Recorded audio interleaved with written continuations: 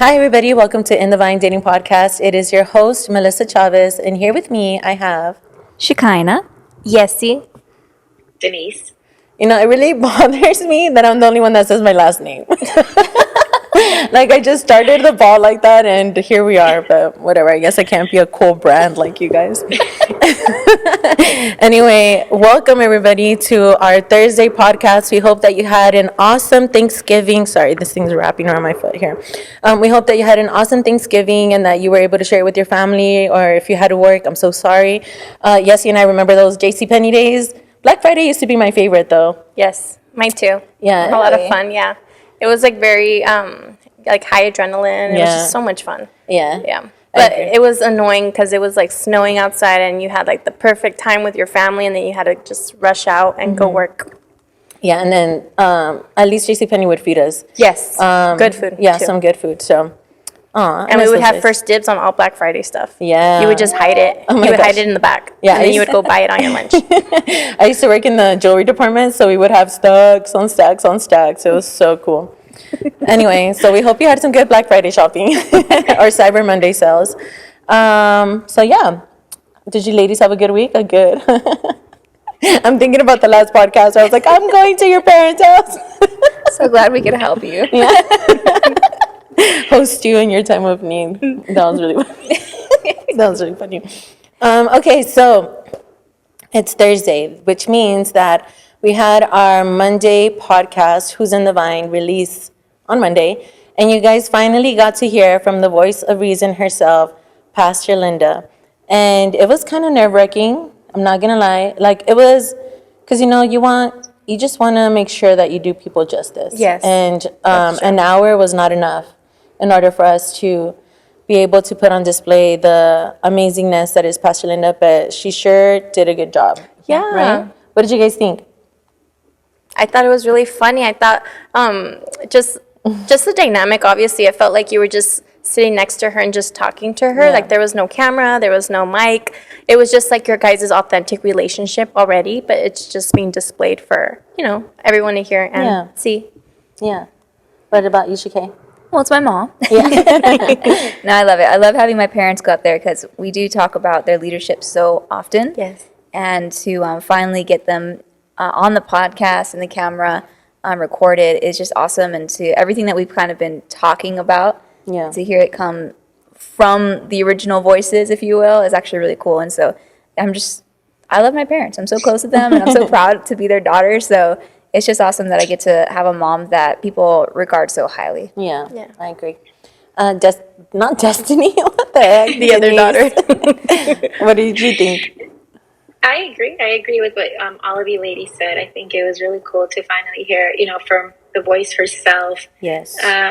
And I'm just excited for us to really talk about it. There's so much that can be said, but we'll just wait and get to it. Just so that you guys know, we had some trouble condensing our timeline for today. Just because a lot of the things that Pilin said, we just felt like we could have dove in. I'm an English major. We could have gone in. Dug deeper into it. There you go. Dug deeper into it. When all else fails, choose a different word. So the things that we're going to talk about are definitely geared more towards our single people today. Just because I feel like Pilin has so much diverse counseling. But we just really wanted to hone this part of it in. And so we hope that you guys enjoy our topics of conversation. And as always, we want to encourage you to send in your comments, your suggestions, your concerns. If you have any criticism, let us know. We're more than happy to take it. Take it. I'm kidding. We're really good with this, I promise. I'm feeling pretty feisty today. You are. Can we trade? Right next to her. We should just give her coffee. This is her off of coffee. I think it was a kombucha. It's the holiday cheer kombucha. Anyway, okay, so the first thing that I'm going to bring out from her interview was figuring out your own core values. And so this was us talking about the list, right? Mm-hmm. And I'm so glad I got to ask her, do you believe in the list or not? And I think she gave like a good balanced perspective, right?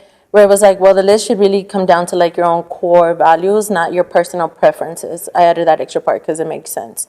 Yeah. But so what did you ladies think about that? I'll start with Denise.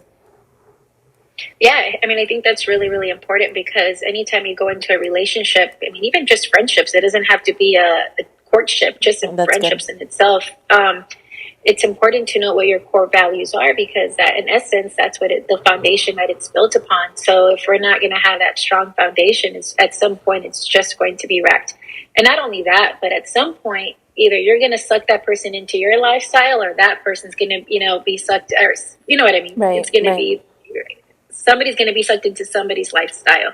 So I think, laying down the core foundation is key to any relationship. Yeah, for sure. And I don't think it's things that you think about, right, that often, especially when you're starting off a new friendship or start investing time with people. At least before, it wasn't something that I would be like, oh, like, let me put this at the forefront. It wasn't until the relationships were established and all of a sudden you're like wilding out together and it's like, oh, maybe I shouldn't have not gone down this path, right? It's why the Christian, like, teenage girl ends up like getting in with the wrong crowd or vice versa, right?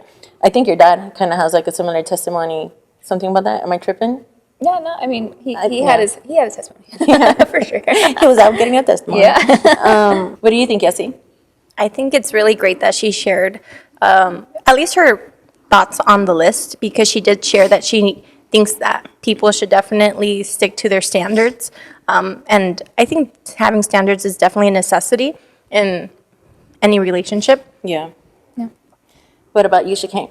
No, I totally agree. It's what we covered in a previous podcast when we talked about the list of, my mom was the one that taught me that your list isn't a mail order, list. It's not what you give to God and go, okay, make it, it's just about standards. It's about what God has for you and the standards that are deal breakers. Yeah. And it's not about giving it to God, going, make this for me. It's about holding you accountable to what God has for you. And so I really, that's what I've always been taught, and coming from my mom just makes sense. Right.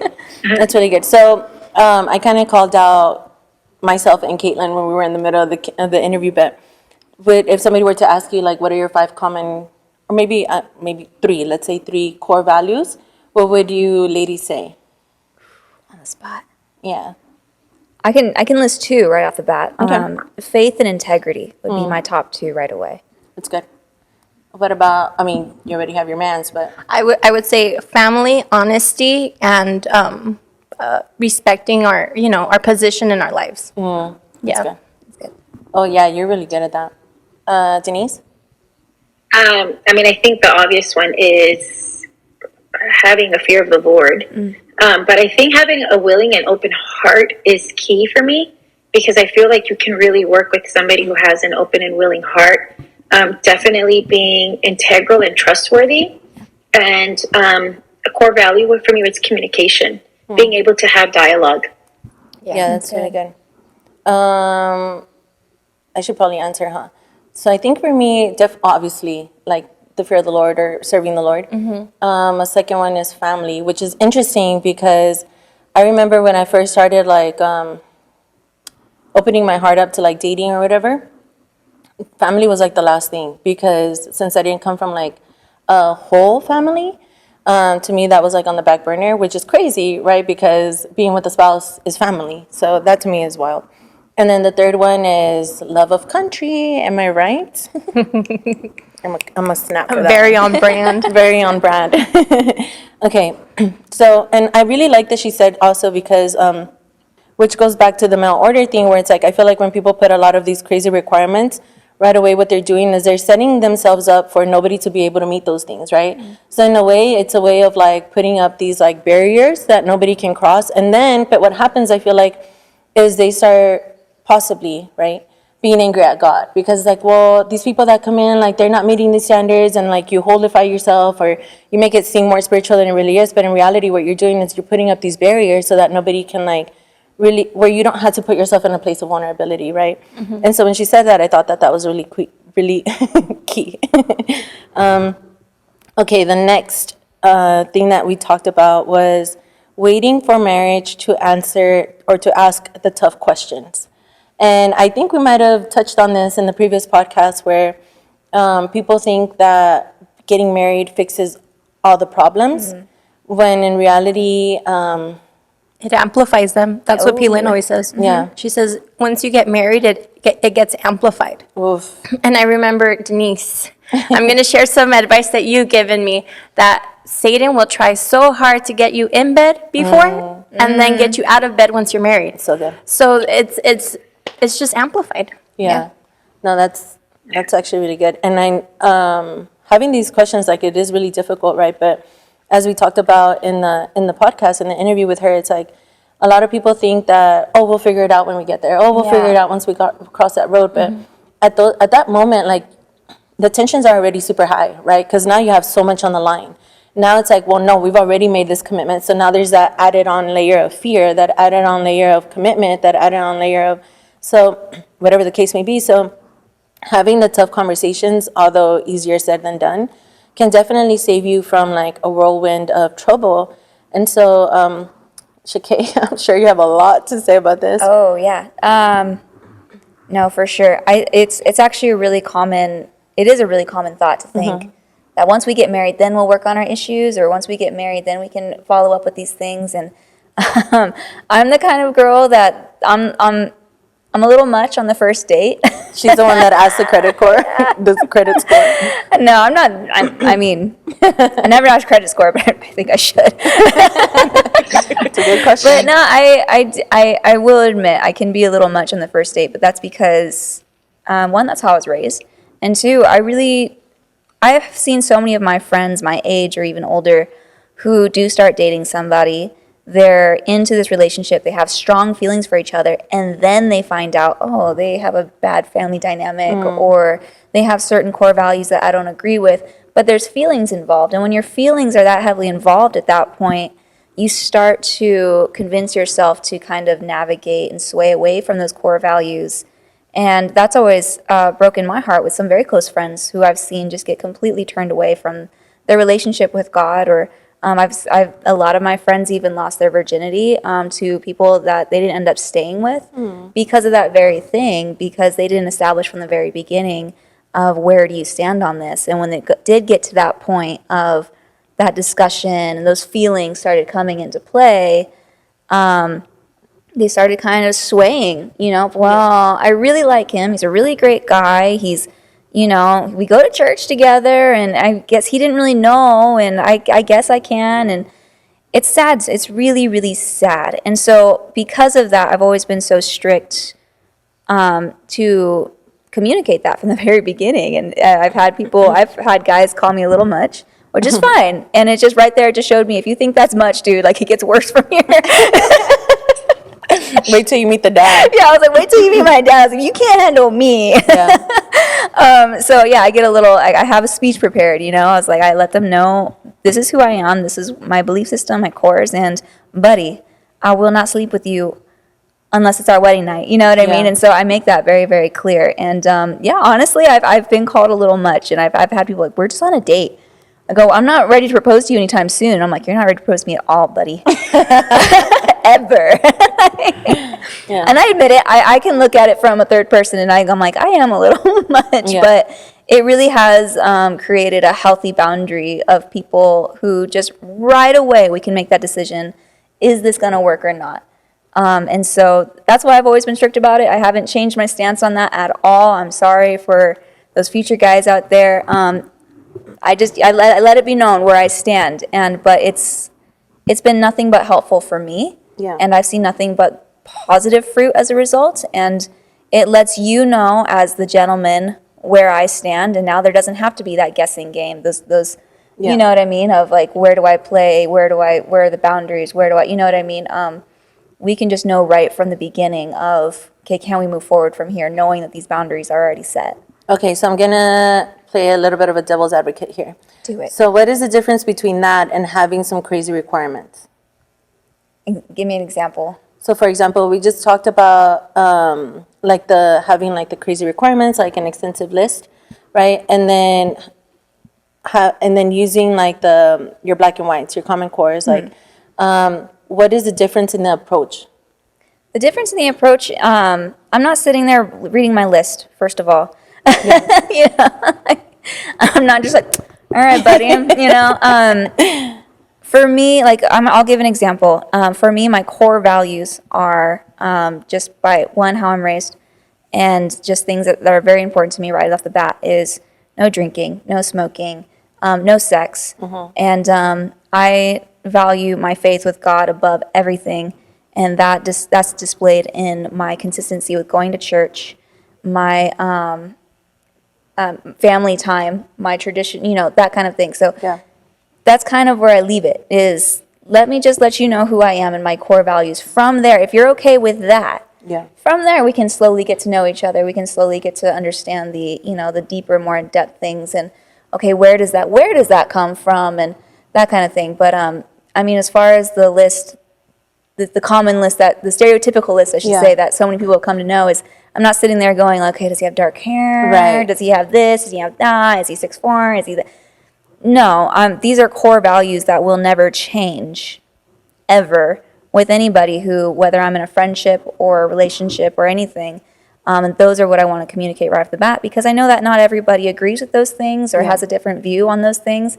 And I always end my little speech, if you will, with if these are things that you value in your life or that you look forward to having in your future relationships, I completely respect it. It's just right now we know that this isn't going to work between us. Yeah. And so I think that's where the difference comes into, is that goes back to just having basic standards. Know where your core values are. List those deal breakers. And don't be afraid to list those deal breakers out. You don't have to do as early as I do. Maybe not a first date conversation. Again, I recognize it's a little much. But it also takes a lot for you to say yes. Yeah. So, and the reason why I asked that wasn't just to make you trip up or anything, but I think it's important for people to understand that there is a difference between having standards and having barriers. Yes. Right? Because standards keep you at a place of value and barriers keep you at a place of shelter. Yes. And so, and also I wanted to put that into context where it's you're not dating around whoever, the first person that comes up. It's you, when you have already said yes to a date, you've already kind of, what's the word? There's a specific word.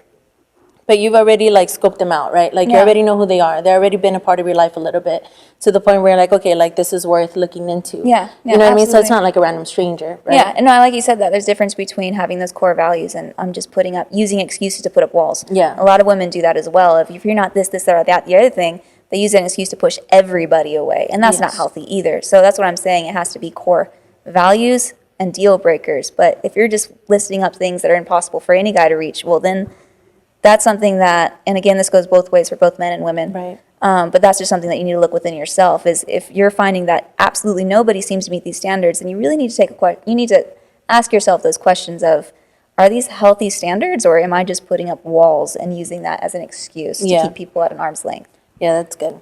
So this is a beautiful transition into her answer into what is courting. And courting is not fun, but it's definitely, there's a lot of value in it, right? And there's a lot of reason why that has worked for so long. And so, Yessie, I would love to start off with you. I really love that. It's so funny that you told her, yes, you said that courting sucks. And it's funny because she used to work at a coffee shop, and I would go in on after work, right? And something happened with courtship, and you can't be in the same car together, because those are the boundaries that we had set from the beginning. So P-Lynn helped us be accountable to that, right? And then you see other people amongst your own circle, and they're dating, and they're in the same car, and then they show up, and then they get coffee. And you're like, why do they get to do that and I don't? Yeah. And she would be like, we're focused on you. Focus on your relationship. Don't focus on them. They have their own things to go through. And I would just keep thinking that.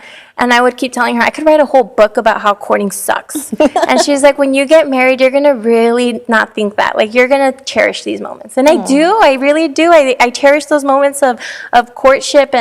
And something that really changed my perspective on wanting courtship, because once you're in it, it's hard. And you want to quit. You want to do the easy route because you've dated in the world. So you quickly want to go back to your old ways, your old tendencies. But it's so worth it staying in courtship. But I remember Pastor Shiloh and Pastor David, they were a youth ministry, right? Young adults ministry. And they put that movie, remember, Old Fashioned? Oh, I don't think I ever saw it. They put them. Remember, they had a movie crazy night, movie, and yeah. it was called Old Fashioned, and it was like a 2014 movie, and it was Your stereotypical very cheesy Christian Oh my movie. gosh, so cheesy. And I remember we were all watching it, having our popcorn, and the guy, he had like a bad past, and in the movie he wanted to be he wanted to completely change his life. He moved to a new city. He wanted to do everything new. And he wanted to have God as the center in everything. And there was a girl who he rented his top apartment to, and she was free-spirited and wanted to push his boundaries, and she wasn't like a believer like him. And he had to come fix something for her, and he's like, I can't go out there until you come outside, and I can go in there. Like, very old-fashioned. And I cried after I watched that movie, right? Because when they were dating and everything, he respected her. I think like no car, like they were not in a car ride together. Like he wouldn't be in the same room with her. Like he took her to church. I don't know, like they were just very old fashioned, but it was so romantic and so cute. And I cried at the very end, and I asked Pastor Shiloh, why am I crying? This movie was the cheesiest movie I've ever seen. I don't like movies like this, but why am I crying? And she's like, because you want that. And I said, I you know what, I do. And I liked Andre at the time, and Andre was also part of the young adults, right? But, you know, he doesn't care. The whole time the movie was playing, he was in the back with all the other guys just laughing about how dumb the movie was. Sounds about right. Yeah. And so then I remember I told Peelan, you know, I really love this movie. Like, you know, she was working on me individually, not in my courtship with him. But she knew my struggles with him. Oh, okay. And I did tell her, I was like, I really want that. Like, Peelan, the next guy I bring to you, like, let that be my standard. So she always held me to that. So every time I would worry about, That's like, really good. I would worry about what other people were doing. And I'm like, they're going to a concert in LA together. Like, they're going to the beach together. And she's like, what did you want? What am I holding you accountable to, you know? And she could easily say, you could do that if you wanted to, but like, what are we working towards? Right. And I'm so glad, like, I had her, you know, because again, she says, like, if it were me, Yeah. she always does that, right? If it were me, but Yeah. that's if it was, you know, that's if it's me. Yeah. And I'm glad she would do that because it would bring a different perspective. And you sometimes need that because, again, courtship is very difficult. Being untraditional according to today's culture, Yeah, good point. it's extremely hard. And my family, when they were like, oh, you're dating someone? I was like, no, we're courting. And they're like, what does that mean? And I was like, that means that we're technically dating for marriage. And they're like, how do you know you're going to marry this person? And I was like, oh, because we're both working towards that right Courting. now. That's called courting. Yeah. And they're like, well, what if it doesn't work? And I said, well, then that means that the courtship did its job. Like, it's supposed to Right. tell you if you're going to get married or not. And they would think it's the weirdest thing. And then when he would come over and he would leave, like, they knew we were in the same car. If we would go somewhere, like, we would have to have somebody else in the car. And they thought it was just extremely weird. Super weird. Yeah. To the point that he didn't move into the house, right, till after we got married. Right. They still thought that was weird, too. Yeah, and that's so good because I mean, I was your friend through that, so I do remember how difficult that was, and I mean, you would be in the car with us. I think when I got Yeah. proposed to, you were in the backseat, remember? oh my gosh, on the car ride back home, they were talking, and I was like, la la la. I was like, this is so awkward, but and you know, it's funny because I remember a couple years ago, I think it was, we were going through one of our cell groups here at church, and I remember I told the Lord, right, I was feeling like very, very like today, very spicy when I was talking with the Lord. And I was like, when that time comes for me, I was like, I don't know that I'm going to listen. I was like, it's not fair. I was like, I'm a whole grown woman. I pay my I mean, I did too. I had my own apartment. I my own know. car. I had a big girl job. Yeah, you did. You I did. was like, I really wanted that. I get it. I get it. I get it. Right. So then I remember I was talking to the Lord, right? And of course, Peelan wasn't in the room because that'd be a whole different tone if Peelan was in the room. And so then all of a sudden the Lord told me, he's like, Melissa, you act like these rules are set in place to make it like difficult for you. He's like, well, you don't understand that these rules are set in place because they love you and they don't want to see you hurt. And so then I was like, when I realized that, you know, because I think a lot of girls out there, this may be our listeners or not, but in one way or another, we do have like father issues, right? Our parental issues. And so then we don't know what it's like when somebody places those safety boundaries for us because we think that it's controlling or we think that the other person is not going to want to go through all of that. And so But at the same time, like going through courtship or going through these things and understanding that the heart of the Father, because ultimately what our leadership does is displays the heart of the Father. Like there's even a scripture in Song of Songs, which is one of the most romantic books in the Bible, where even the psalmist, the Solomon, is writing. He says, "Daughters of Jerusalem, do not awaken love until it's so the right time." And I remember there was a season of my life where I prayed that like all the time, because we tend to like get these ideas in our heads and we get to run away with these things, when in reality, like the Bible says, like, don't stir this up until it's time. And what's crazy is like when that time comes, like it's the Lord that stirs it up, right?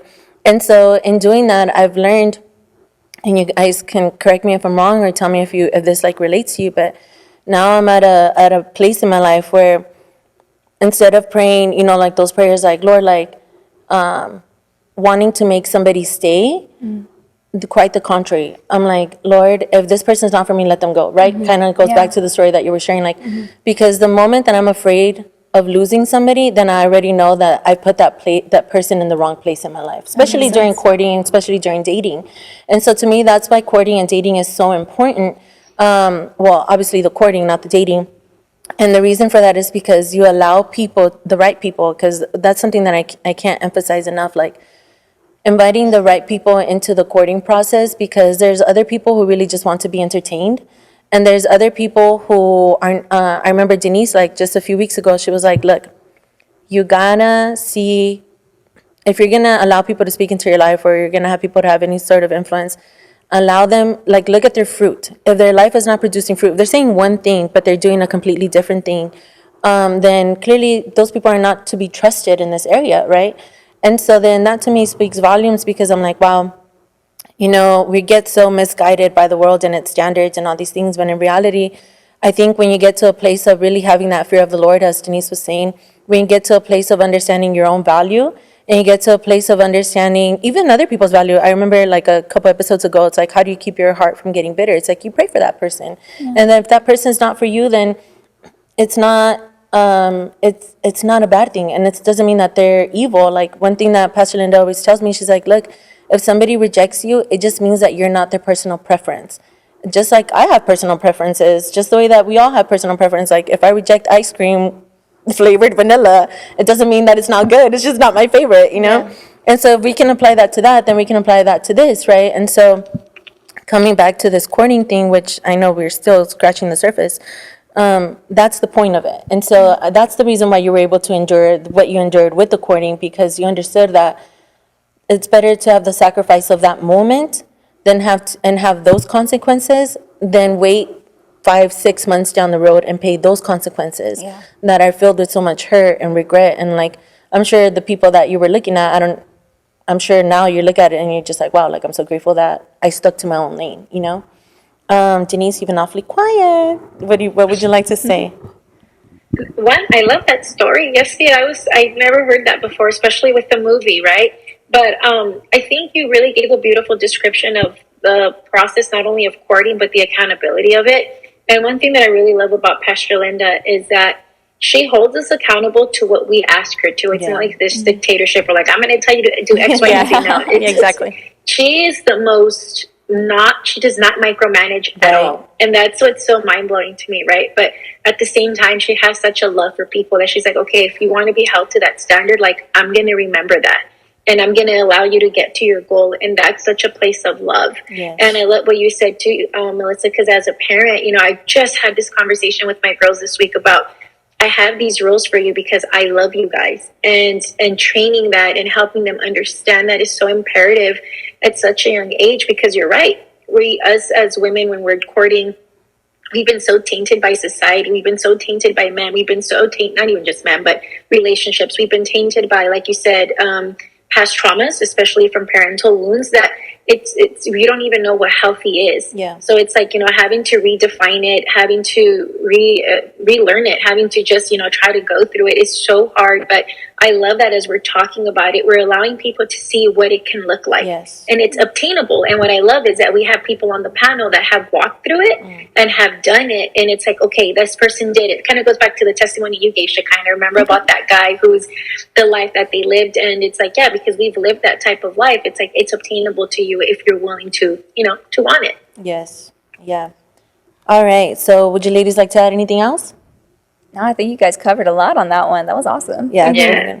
And I think just courting in itself, I know for sure there's parts of me that sometimes there has been a lot of confusion in it, right? Trying to like adapt a new character, a new way of doing things, and it's so hard. Yeah. I remember now. Okay. She did make a really good point, and it was about how when you're courting, how she's going to make sure that she asks Yes. those questions. And she's like, I know I must have upset, us and then other people that she did it. And she's like, it's just because I want to give worst case scenarios. Yeah. And I wanted to say that helped us so much because we were constantly talking to her. I know according to like the people that in my sphere that were dating at the time, because it was like a lot of us that got married, right, around the same year. I felt like we were always there, and then and we were getting counseling, and I'm over here crying, and I remember Denise and you and your husband were on the other side, and I'm over here going through a whole counseling, and you guys were like, oh my gosh, don't look, she's crying, and I'm over here going through a whole thing, and I'm just so glad that there's a community that also knows that you're courting, so you're going through this process, and they come in when you like need it, and I love that part. But I did love when she asked those questions, because there was many times that we had to step away, and it had Andre thinking. Like I remember she asked a question, and you guys were just talking about it, like a core value is family, right? Well, for Andre, his family has been together, right? His parents. And he has never had anyone around his sphere that had separated parents. And so I'm sure his parents' dynamic to have, new in-laws and they're separated, it might have brought like some concerns to them because they haven't met them yet. Yeah. And Andre, to be marrying me, he's marrying my family too, Right. Because it's a package, like they're part of me. And so I remember P. Lynn asked us a question about family and if Andre's okay with the dynamic of my family. And it wasn't anything to like start up or trigger, but I remember she mentioned that, like, and I felt kind of like exposed, like, because it's not my fault who my family is. But she reassured me, like, it's not that, It's, I want to make sure that he says yes to all of this and doesn't just leave you in the limbo because of that. Yeah. And I remember that night he was like really thinking about it. And it was a point that we were close. We were already engaged, right? Because we're doing our marriage, premarital, yeah. And I remember I was I already moved out of my apartment because we were about to buy a house. So I was at my grandparents. And I remember I was in the room and I'm like, okay, I have to be willing to give all this up. And I trust in you, God. And I really want him to make the decision, because if he says yes to me, he's going to have to say yes to all my family, and I'm not going to be able to change it. And I'm okay with who my family is. And I know the dynamic that I have in my family, but I learned to love it and live with it. He has to also, That's so right? And so I remember I was, that song Waymaker just came out, and I would blast it. And I told him, just please listen to this song, because I know whatever concerns you have, God can get you through it. And I know God is working on my family. And I would love for you to join me in prayer for that. But if you can't, and you can't accept them, or this dynamic, I know you're not for me. Yeah. That's okay. And it was honestly just months till we were going to say yes, Yeah. And I remember I was praying, and I was like a hot mess that night. And I just kept talking to God, and God's like, just trust me. And I asked him, why are we together? Because I was already like, how you girls overanalyze things? Oh. And I'm like analyzing every single thing. And then the next day he's like, okay, I'm good. I talked to God and I'm okay with it all. And I'm going to say yes to everything. And now that he's with my family, like, he loves my family. He learns so much from each and every one of them. My mom, she doesn't really speak English. He tries to speak to her in only Spanish. My dad's side of the family, he loves to learn things with them. Like, he's already texting them before he goes to the Thanksgiving dinner, right? And he's like, I'm on coffee. I'm wired up. Are y'all ready for this? And I love that. And if I asked Andre 2 weeks ago, do you remember that time? I really want you to know that my faith was like on a thin line, and I was holding on to it, and I was like, I'm ready to lose it all. And I told Andre, I remember that because there's only those few moments that you're going to lose it all, and you're okay with it because you're really like struggling with it. He's like, I don't remember that time at all. Oh my God. So it goes to show you, girls overanalyze situations. Guys don't, but it's really crucial that she did ask those questions, because I wouldn't have been like, okay, this is it. And she asked those questions that are definitely needed in marriage. And now it would have been a different case scenario if he's like, you know what, now that we're married on the other end, I don't know how I feel about your family dynamic. You know? Right. Yeah. That would have been horrible. And I'm so glad she asked all those questions, because now I'm going to be completely honest with you. If we go to P-Lin for a situation that we can't take care of, like it's very few. Yeah. Because we've talked about so many scenarios. Like I'm telling you guys, week after day, we would talk to her about different questions. Yeah. And it brought up a lot of good stuff. Yeah. That's really good. Yeah. That is good. I love I think that is really important to add to a core value, is to be mindful of if you're dating or not dating, excuse me, if you're courting and you do come from a blended family, know that there is additional things that to be thought about, right?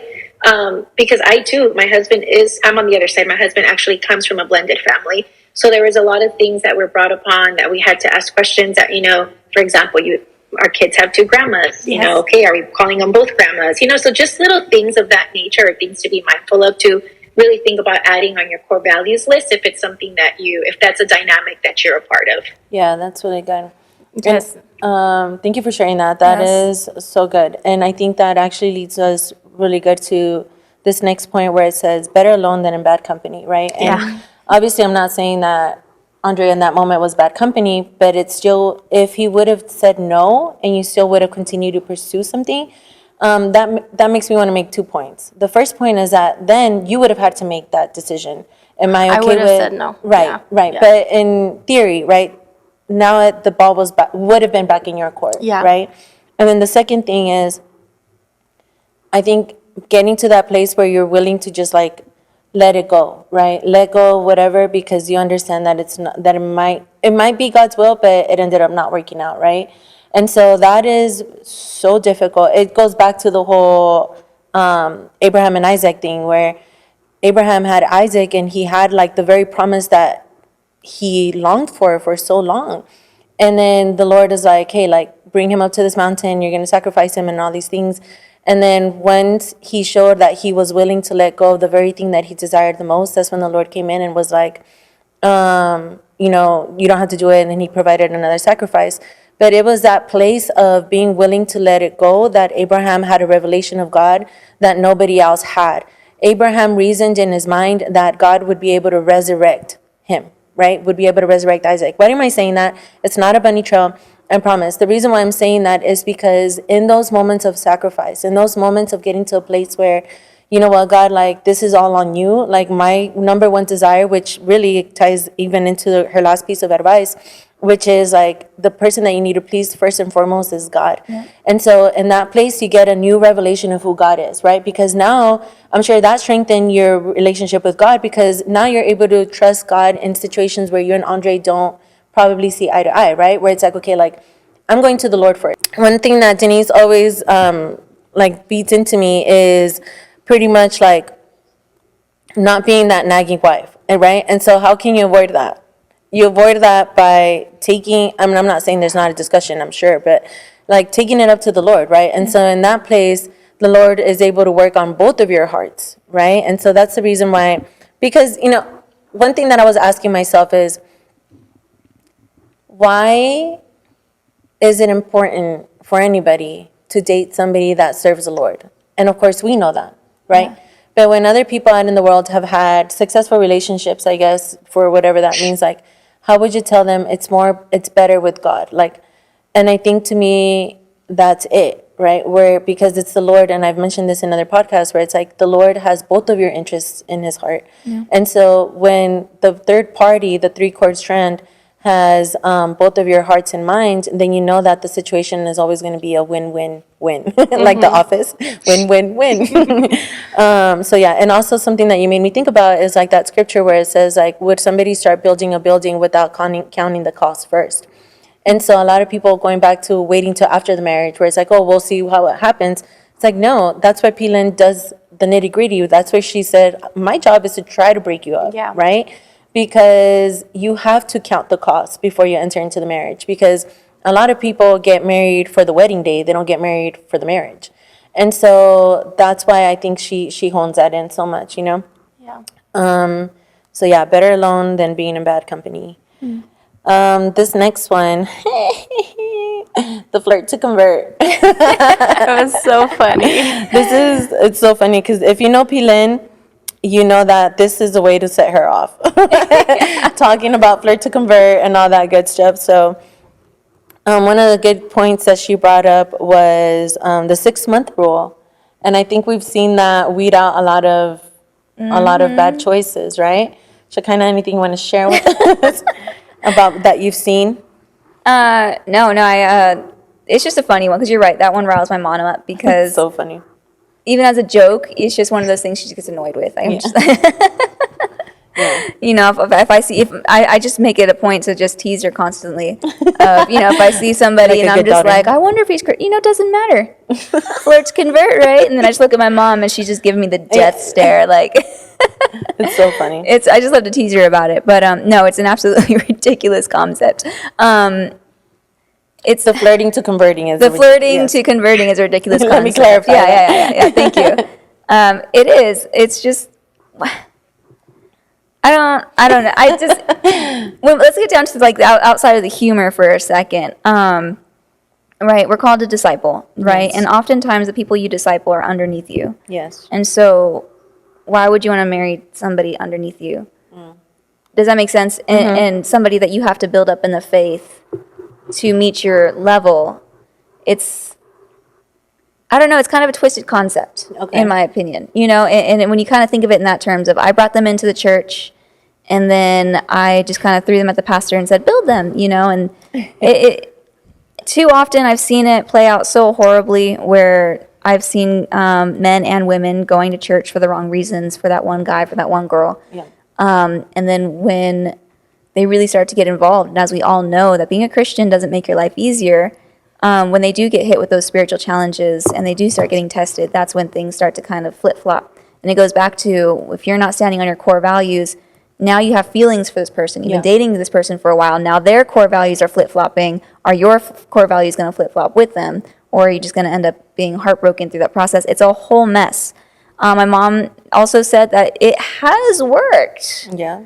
I've seen it. I've seen it work. I have. I mean, Happened to me. I think we have 2 of them here, 2 success stories It right has here. worked. You know, it definitely has worked. And in cases where it has worked, it's the men who lead the women into church. I've seen some men come into church, but in those situations, even in those situations, though, most commonly I've seen men who follow women to church, but then they go, oh, wait, this is actually real and this is really cool. And then their mindset shifts and they don't actually look at the women anymore and they look at God. Yeah. And so I'm not even saying that. Yeah, I've seen that.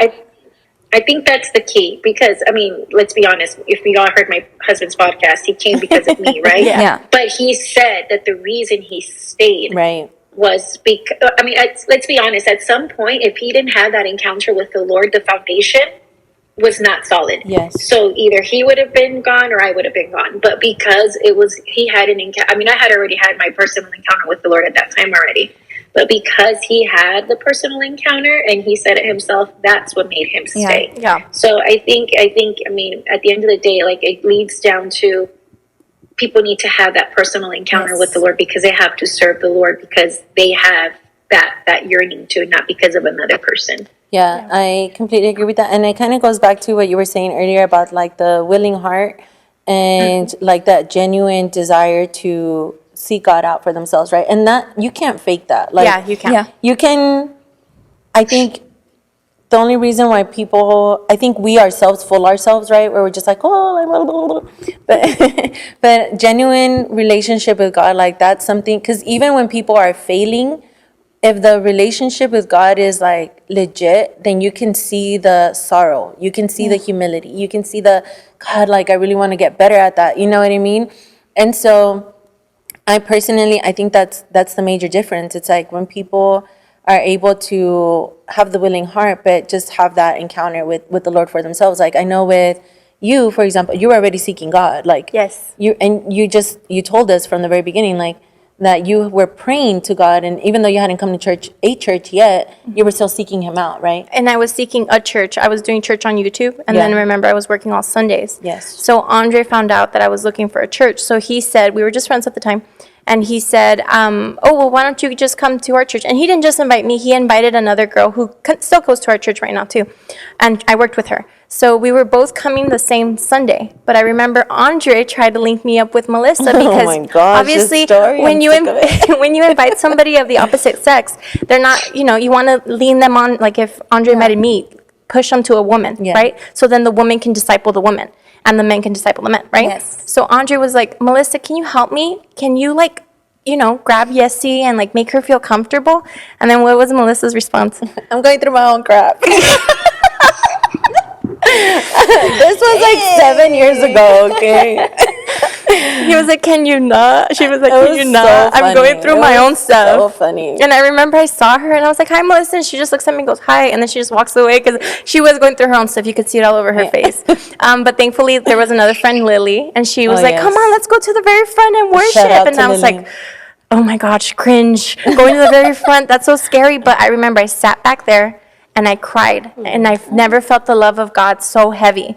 And ever since then, I did have a crush on Andre, but I made it a point. I never sat next to anybody. I sat by myself, and I made it a point. I didn't even talk to him on purpose. And I wanted it to be a point that I'm here for God because I wanted to prove it to myself because I knew that I wanted this more than anything. Yeah. There you go, though. That's how you flirt to convert. That's the right way. Yeah. Yeah, I like that. I think you made such a clear distinction with that, where it's like, I mean, I don't think Andre at that time was actually pursuing you. No, he wasn't. But he still did the right thing where he's like, he connected. And I think that's the key. It's like you connect women to women and you connect men to men.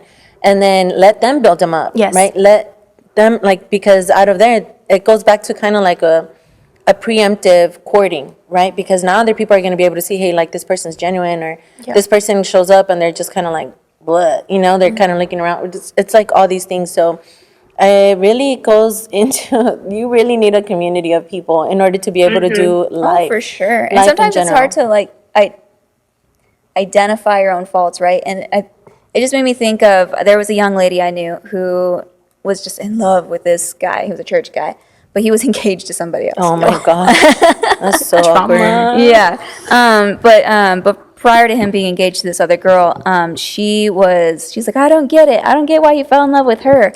I was going to church and I was worshiping God and I was a good church girl and I did everything and I had a real relationship with God and he still didn't fall in love with me. Yeah. That proves to me that you didn't, homegirl. And I was honest. I was like, so where's your relationship with God now? And she's just like, it's not as strong as it was then because God didn't give me what I wanted.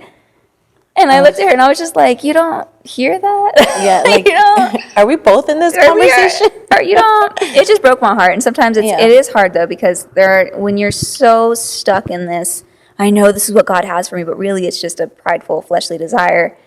It's so difficult to see your own faults. And again, it goes back to, we need mentorship. We need accountability. You need people who you're going to trust, because I can guarantee you if she had a mentor throughout that situation, she wouldn't have been confidently saying to a group of, we were practically strangers, that the Lord didn't give her what he promised her. And little Lord. Yeah. And so I just, it was one of those, you're kind of, I'll keep it at that. Yeah. She's sweet. She's a sweet girl. She's learning. No, I get that.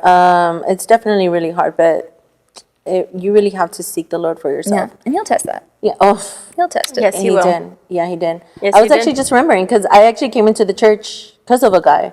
And then I remember I was like so gun-ho. And I remember like months in, things went just weird. And now I'm the one that's serving God. And I don't know what's going on with him. But I did go through that. And I remember Pastor Adriana was like, yeah, I had to see if you were really about it. And she didn't pursue me, right? She didn't try to convince me to stay. She didn't try to do any of that. She was like, no, like, if you want it, then you're going to fight to have it. And it was uncomfortable. Like, I'm sure you know how hard it is to come to a church because, like, where you're just by yourself. Like, that is really difficult because you're the one that has to make your space, right? And and obviously people were inviting and welcomed you into their own families and stuff, but, and that's what I'm grateful for Greater Works Christian Church. That's one of the things that kept me here was like that familial aspect where it's like, wow, like I've never experienced this before and it's so amazing. But I still had to make myself a part of it. Yeah. And I think that's what makes it so difficult because a lot of people want other people to do all the work, right? But in reality, like, you have to seek things for yourself because at some point, if not, you become a socialist Christian where you want everybody to come in and do all the work for you. When in reality, it's like, no, like you have to put in your work. You have to also show people that you have to reciprocate, right? And so even in that, like I know with me and finding a partner, one of the things that even like, Denise, you do a lot for me, girl. Okay, girl. One of the things that she taught me and where I realized is like, okay, like as a single woman, the first covenant, which is kind of like a contract that I have, is to the Lord, right? The second one is to my family. And then the second, well, and by family, I mean my church, because that's just the way that I'm wired. And then the third one is everything else. And so then to me, I'm like, all right, the person that I end up with has to be a blessing to the people that are a blessing to me. If that person is not a blessing to the people around me, then they're not adding anything to my life. And what's going to happen is that they're going to separate me from the people that I love, right? Because if they can't come in and they can't plug themselves into an area that means the world to me, then that to me is already a red flag. Like I even had a friend who was in a terrible situation, and I was crying to the Lord because I already saw what was happening, right? Like the separation, the isolation. That's such a thing in the Hispanic culture where as soon as like women get a boyfriend or whatever, like all of a sudden it's just the boyfriend or all of a sudden it's just the girlfriend. And I'm not saying there's not a time for you guys to get to know each other and all that. Like I'm not saying that there's not a proper timing. But when it comes so lopsided, then that's when it gets really toxic, right? Because then you lose your own identity. And so, especially when you're dating or courting, like to start off that fast, that's crazy. Like that's obsession, that's lust, right? And it even brings me back to a conversation that Shekinah and I were having where in Christian circles, like we're so weird sometimes. We jump the gun way too fast, like we do all these things. And so we're so hyper-focused, right, on this whole future spouse that when anybody comes into the picture, we already start putting that title of my future husband, my future girlfriend, my future wife. And so then you start doing things out of order. All of a sudden, because you see them as your future husband, you start acting like a wife. All of a sudden, because you see them as your future wife, you already start acting like a husband. It's like, can you learn how to crawl first before you start walking, before you start running? Take her out for coffee, bro. Yeah, and it's so crazy because me, honestly, in the past, like that has hurt me so much because I placed so much expectation on a person, right? And so where I've put myself in situations where I never should have been, you know what I mean? Because I put like all these dreams and all these, like, I'm gonna call them hallucinations, into this one person when in reality that person wasn't asking to be put in that place. And so as I've learned that now, as I'm getting like older and stuff, finally, hallelujah, wisdom kicked in. I'm realizing like, dude, I think taking things slow and learning their favorite coffee order. Yeah, get to know. Like, yeah. It is okay to get to know this person. And I think when the term dating and courting, a lot of people go, oh, I court. And then they immediately think we're right away going into that interview for marriage. No, it's okay to go out for coffee. It's okay to get to, are you somebody I want to court? It's okay to have that stage. Yes. It's still maintaining your boundaries, of course, but it's okay to get to know somebody. It's okay to take somebody out for a cup of coffee, for, wherever. Coffee is just kind of that casual meet and greet place. But it's okay to get to know somebody. It's you don't have to immediately look at this person and have like that connection from across the room and just that Holy Spirit encounter. And that's my husband, and that's when I'm you gonna get go there weird. and talk to him. It's a little weird. It's a little. Can I add something to Absolutely. that? The courting aspect and. one of the things that I really, and hopefully it ties it in, but that I really learned about when you court is watch how they interact with others around you. You can tell so much by a person with how they interact, how they plug in, how they make themselves useful, and how they make themselves available to other people. And one of the things that you said, Melissa, and I can honestly say this with full authority, is, okay, the person that I'm going to marry, how is this going to benefit, or how is this, and this can be one of your core foundations, right? Family. How are they going to benefit my family, or whatever that definition of family looks like to you? I remember my brother Angel always prayed. My family always prayed for my spouse, and I think that's why I got blessed, because they did a lot of the praying. Praise the Was Lord. how I want, whenever my sister's going to marry, I have to benefit out of it. Not only that's my brother Angel. He's a smart one. And he would say the same thing for. I'm sorry. I just said he's a smart one.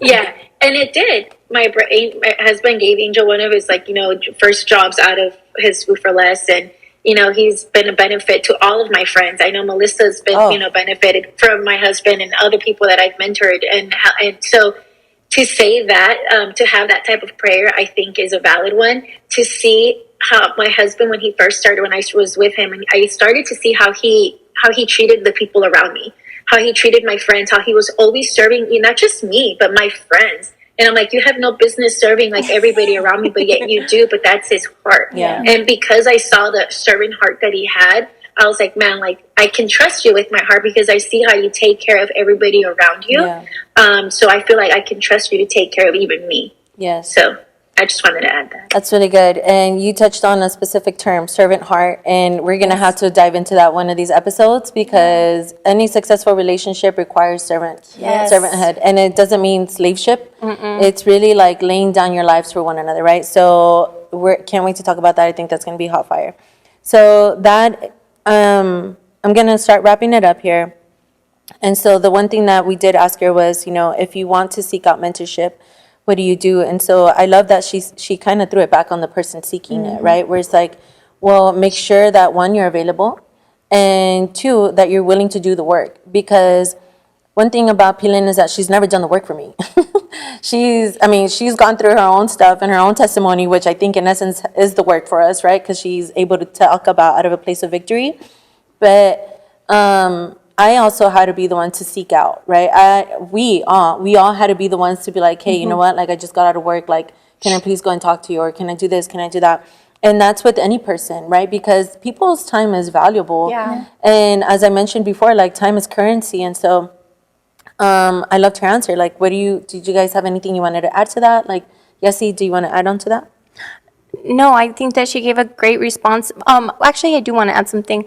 I feel like myself, like, I give that advice to people too, like, go, like, if you want to pursue like dating, like courtship with somebody, like, go talk to Pilin about it and make sure like your relationship does get like mentored, right? Yeah. And go through all the things before you even go to premarital counseling, because you want to get to know them and you want to start healthy boundaries. And I feel like people say like, yes, I love them and do it, and I feel like they're scared about it. Yeah. Because they're gonna have to do that work. That's weird. Yeah, which is so weird, because it's like, you want to, like, she does weed them out. She weeds out, and I think maybe people are scared about that too. Yeah. That they're going to get weeded out, Yeah. That the guy's going to run away. But that's a good sign. Yeah. Or the girl runs away, Yeah, if they run away, then why do you want them? Yeah. It goes back to what you were saying. It's like, if this is too much for you to handle, then I'm sorry. Like, this is just the deal that comes along with all it is. Every person is a package deal. Figure out what comes along with that person. And decide right then and there, is this what I want to, like with you, is your family, right? With me, it's my family. And every single person comes with stuff. And I have so many examples of this. I've had friends who've dated guys, and I had one guy who said, she created this mentality of like the damsel in distress with their family, right? He came in as the rescuer, wanted to pull her away from her family. When he started to do that, Gross. she got upset. Well, that's my family. You can't pull me away.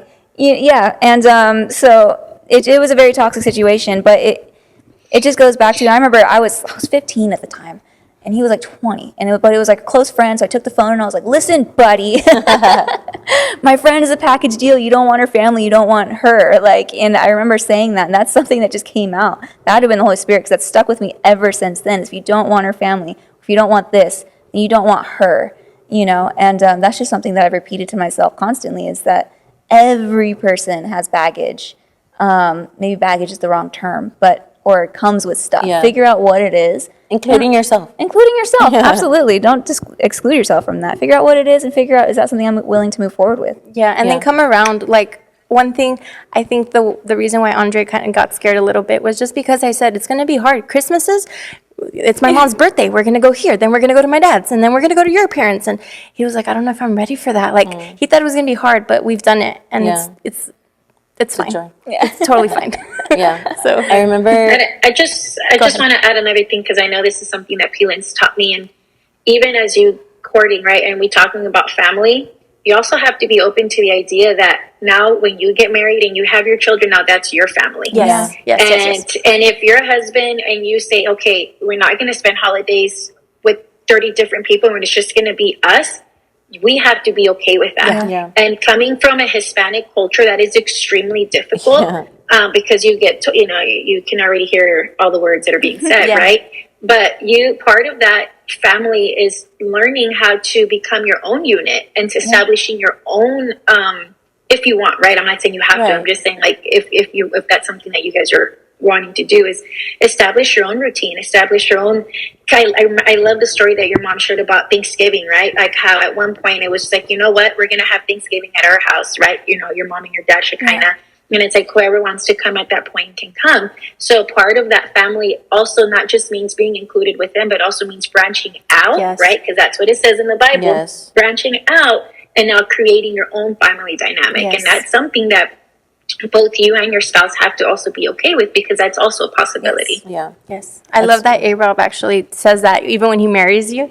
Like, I remember he married us and he's like, now you guys are separated. You guys are no longer part of the family, which is good because, I mean, again, Hispanic culture, it can be very difficult. And as we mentioned before, husband and wife, your first priority is your wife, your first priority is your husband.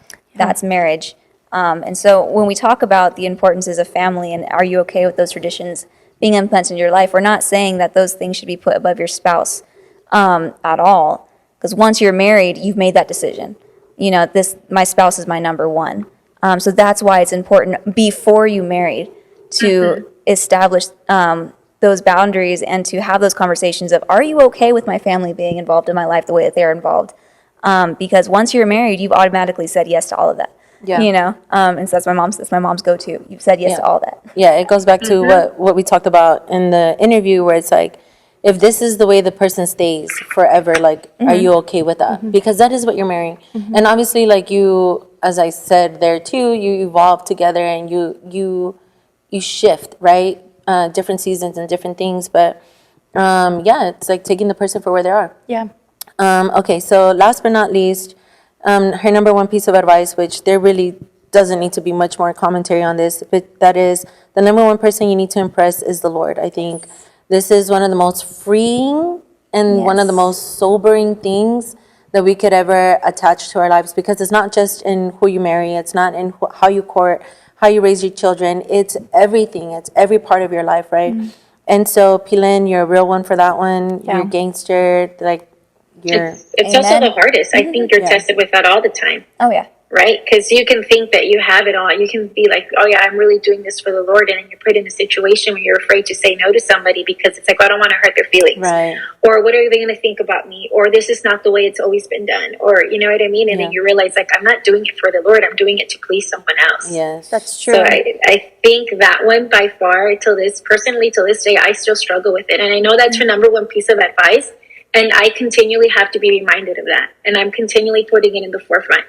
What is this decision? Am I doing it with fear of the Lord, or am I doing it with fear of man? Right. It's true. Yeah. And it's a sobering one. It is. Humbling for sure. I mean, if you can answer that question, then truthfully and honestly, then I think you're in a really good place in life. That's it. P-Lin, thank you so much for joining us. Thank you everybody else for joining us. Like, we are really hoping that you got blessed by P-Lin's wisdom. We're sure that you did, but I'm sure you'll be hearing more from her. She's awesome. She's amazing. You can find her at Greater Works Christian Church, Sundays, 10:30 a.m. And last but not least, we do want to make an announcement. The next In the Vine dating mixer is taking place February 10th. Just in time to find yourself a new boo for February 14th. Okay. So make those reservations in faith, girl. Put it out there. Or man, put it out there. Because he's coming on the 5 o'clock train. I don't know where that came from, but it just makes sense. Just roll with it. You guys, if you could only hear the hot takes. What was that date again? February 10th.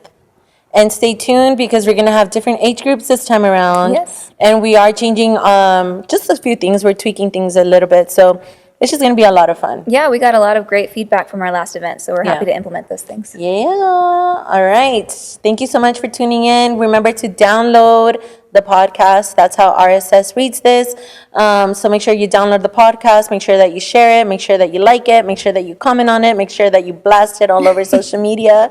And as always, even though I haven't said it the past couple episodes, do not, no wait, pray for your single friends. I was going to say...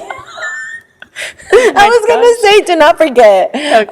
Pray for your single friends because it's hard out here. Yes. Okay, as always, thank you for tuning in. Bye. Bye. Like, share, subscribe, and download.